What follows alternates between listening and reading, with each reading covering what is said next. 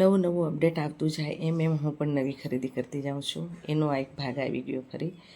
જોઈ શકો છો 5 વસ્તુ છે ને આ જે છે ને એ સાઇઝ પ્રમાણે છે 6, 8, 10, 12 એવી રીતે સાઇઝ પ્રમાણે છે.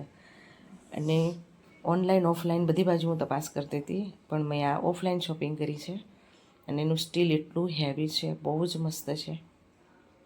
અને આની કામગીરી શું છે એ બી બતાવો કે જેમ તમે નાની કામગીરી કરતા હોય ને ત્યારે નાના પાર્ટ કામ લાગે. એમાં એનો જ એક આ ભાગ છે.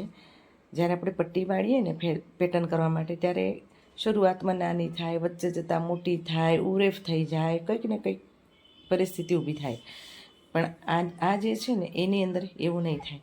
આવી રીતે પાછળથી નાખી આગળ ખેંચી લેવાની અને ખેંચતા જવાનું અને આગળ પ્રેસ કરતા જવાનું, જેથી કરીને ઓટોમેટિક પટ્ટી બનીને આવશે. અહીંયાથી જે શેપમાં હશે ને એ શેપમાં બનીને આવશે. જોઈ શકો છો. બસ હવે આગળ જે નીકળે ને એના પર પ્રેસ મારી દેવાની, એટલે સીધી સીધી પટ્ટી આપણી બેલેન્સમાં આવી જાય.